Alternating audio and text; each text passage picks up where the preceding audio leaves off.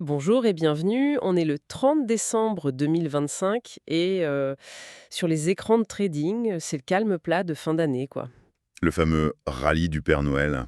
Exactement, qui semble avoir pris un somnifère cette année, mais ce calme, il est trompeur. Sous la surface, les plaques tectoniques de la finance mondiale, elles bougent. Aujourd'hui, on va analyser une pile de notes et de rapports qui dessinent un tableau pour 2026, rempli de signaux contradictoires, un vrai champ de bataille en perspective. C'est exactement ça. D'un côté, on a une volatilité sur les métaux précieux qui nous crie crise et inflation. C'est un écho direct des années 70. Ah oui. De l'autre, une carte géopolitique qui ressemble à une poudrière, avec plusieurs mèches allumées en même temps. Et au milieu de tout ça, la question un trillion de dollars. L'économie américaine. Est-ce que c'est le refuge ultime ou un géant qui commence à vaciller? Alors on y va, on va essayer de démêler tout ça pour voir ce que les marchés nous racontent vraiment. Et surtout, où se cachent les opportunités et les pièges pour l'année qui vient. Commençons par ce qui a secoué tout le monde ces derniers jours, le marché de l'argent. Lundi, on a vu une chute absolument vertigineuse, Ah, c'était violent. une des pires en 5 ans. Panique générale, certains criaient à l'éclatement de la bulle. Et puis aujourd'hui, le voilà qui remonte de plus de 5% d'un coup. C'est le chaos. Que s'est-il passé exactement? Alors, ce qui est fascinant, c'est que l'événement de lundi, en fait, ça n'avait rien à voir avec les fondamentaux de l'argent. C'est un événement purement technique. Ah bon? Oui. Les sources parlent d'un nettoyage des bilans de fin d'année. En gros, dans un marché avec très peu de volume, comme pendant les fêtes, certaines grosses banques ont dû solder leurs comptes. Ajoutez à ça une augmentation soudaine des exigences de marge et vous avez la recette pour une liquidation forcée. Attendez, exigence de marge, liquidation forcée, pour celles et ceux qui ne sont pas familiers, ça veut dire quoi concrètement? Imaginez que vous pariez sur la hausse d'un actif avec de l'argent emprunté. Si le marché bouge un peu contre vous, votre courtier peut vous demander de rajouter des fonds. C'est l'appel de marge, le margin call. D'accord. Si vous ne pouvez pas payer, il vend vos positions de force pour se rembourser. C'est ce qui s'est passé JIP, un margin call géant qui a fait s'évaporer 4 milliards de dollars de positions acheteuses en à peine 70 minutes. Une purge, quoi. Donc une tempête dans un verre d'eau purement mécanique. Pas tout à fait. L'incident en lui-même est technique, mais il révèle la tension extrême qui règne en toile de fond.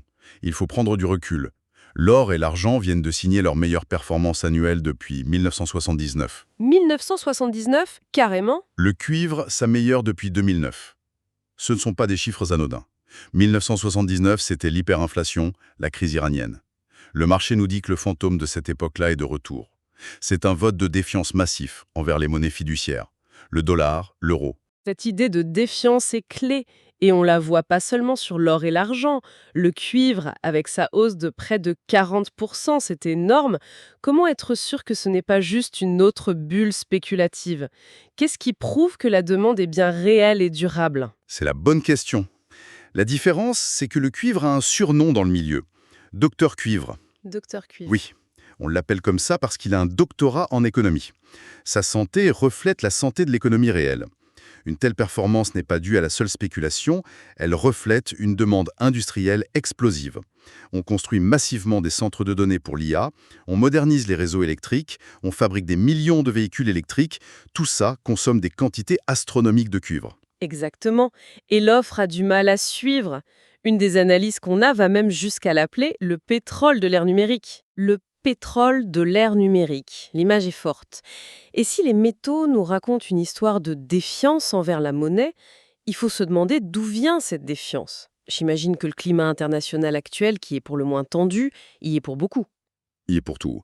Une des sources qu'on a qualifiée de suicide d'investissement, le fait de vendre ses valeurs refuges en ce moment, c'est dire les marchés sont passés d'une logique de simple prise de bénéfices à une logique bien plus sombre, la tarification du risque de guerre. C'est un changement de paradigme en fait. Totalement. Le risque n'est plus une hypothèse, c'est un facteur de prix. Et quand on regarde l'actualité, on comprend pourquoi. Faisons un tour rapide du monde. On a le président Trump qui menace de frapper l'Iran rapidement s'il relance leur programme nucléaire. En parallèle, Vladimir Poutine qui menace de réviser les conditions de paix avec l'Ukraine. Après une attaque présumée sur sa résidence, la Chine qui vient de terminer 10 heures de manœuvres militaires à munitions réelles autour de Taïwan, Et pour couronner le tout, les États-Unis qui confirment leur première frappe terrestre au Venezuela. La simultanéité est frappante. C'est cette simultanéité qui change toute la donne. Avant, on avait un foyer de crise ici ou là, maintenant les fronts s'embrasent en même temps. Et dans ce contexte, comme le dit une analyse, l'or devient la seule monnaie en laquelle tout le monde a confiance quand les canons commencent à parler. La prime de risque géopolitique est de retour au premier plan. Elle n'avait jamais disparu, mais elle était latente. Maintenant, elle est en pleine lumière. Prenons un exemple concret pour que ce ne soit pas juste une liste de menaces. Taïwan. Si la Chine passait de simples manœuvres à un blocus réel, quel serait l'impact immédiat sur l'économie mondiale? On parle bien de la production mondiale de semi-conducteurs, n'est-ce pas? Ce serait un séisme économique, d'une magnitude jamais vue. Près de 90% des puces électroniques les plus avancées au monde viennent de là-bas. 90%. Une interruption de cette chaîne d'approvisionnement ne paralyserait pas seulement Apple ou Nvidia. Elle mettrait à l'arrêt l'industrie automobile, l'IA, les télécoms, l'armement, tout. Le coût serait si colossal que les marchés n'ont plus de choix. Ils sont obligés de commencer à intégrer ce scénario catastrophe. Dans un monde aussi risqué, la logique voudrait que tout le monde se rue vers la valeur refuge ultime, le dollar. Mais là, les sources qu'on a sous les yeux racontent deux histoires radicalement opposées. La première, c'est la fin de l'exceptionnalisme américain. Pour la première fois depuis 2009, les marchés mondiaux hors US ont surperformé les S&P 500. Et pas qu'un peu. Plus 29% contre plus 17,4%. C'est énorme. C'est le signe que, pour une partie des investisseurs, le marché américain est devenu trop cher et surtout dangereusement concentré sur une poignée de géants de la tech, les fameux Magnificent Seven. L'argent intelligent cherche de la valeur ailleurs. D'accord. Ça, c'est la première histoire. Mais une autre source, qui s'appuie sur des données d'Apollo, raconte l'exact inverse.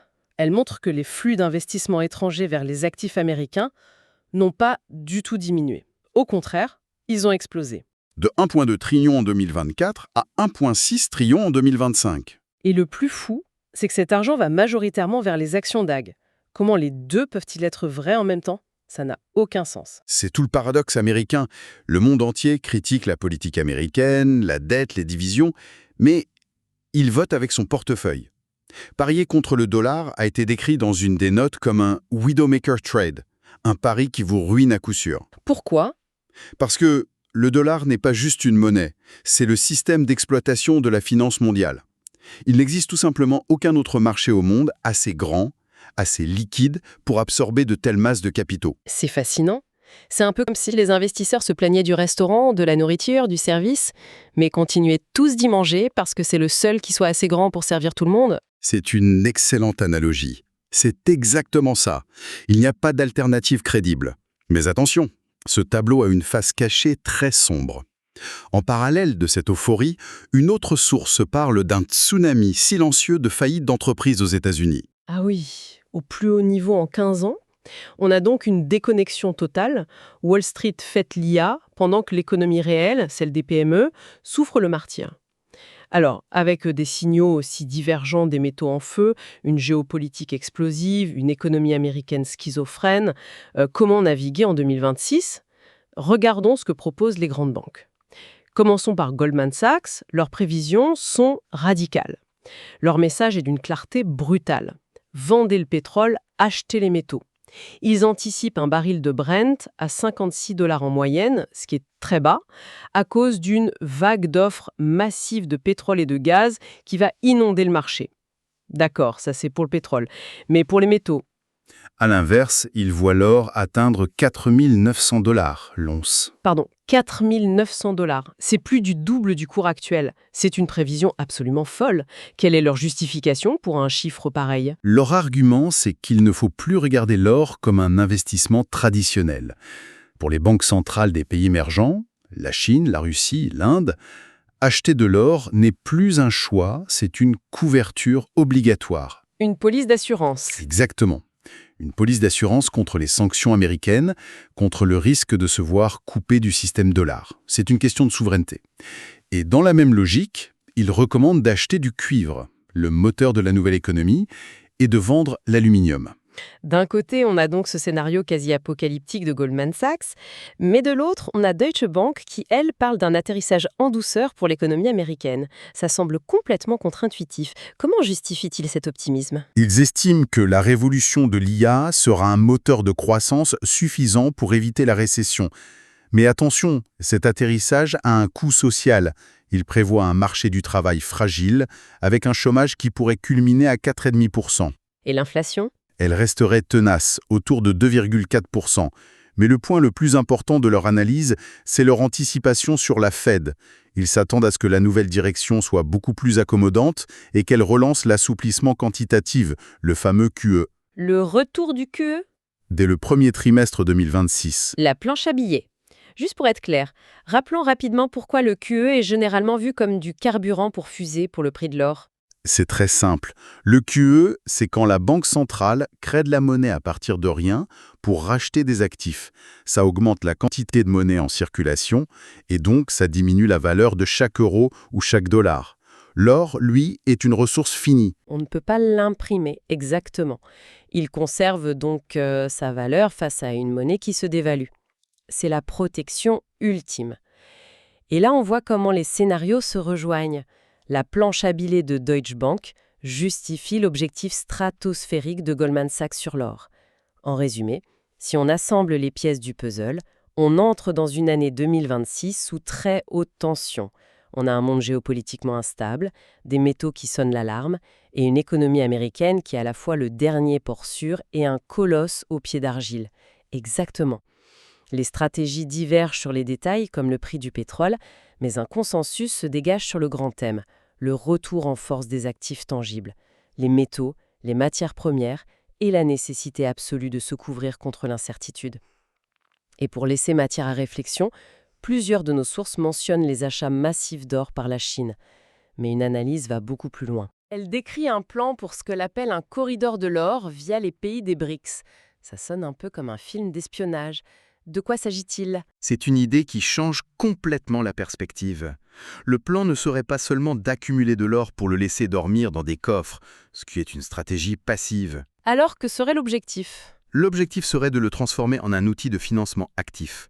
L'idée serait de créer un système où les pays des BRICS pourraient utiliser leur or physique comme collatéral pour garantir leurs échanges et leur financement. Donc, transformer un actif dormant en un instrument financier dynamique pour, au final, créer un système commercial parallèle capable de fonctionner en dehors du dollar. Est-ce que c'est réaliste ou c'est de la science-fiction? C'est encore théorique bien sûr, mais les briques sont en train d'être posées. Ce qui est certain, c'est que cette ambition change la perception de l'or. Le message est clair. L'or n'est plus seulement une relique barbare ou une protection contre l'inflation. Il est repositionné comme la pierre angulaire potentielle d'un futur système monétaire alternatif. La question n'est donc peut-être plus de savoir si nous sommes simplement dans un marché haussier pour l'or. La vraie question est de savoir si nous assistons, en direct, à la construction lente et délibérée d'un nouvel ordre monétaire. Un ordre bâti non plus sur la dette, mais sur le métal physique. Et ça, c'est une question fondamentale pour la valeur à long terme de toutes les devises dans nos portefeuilles.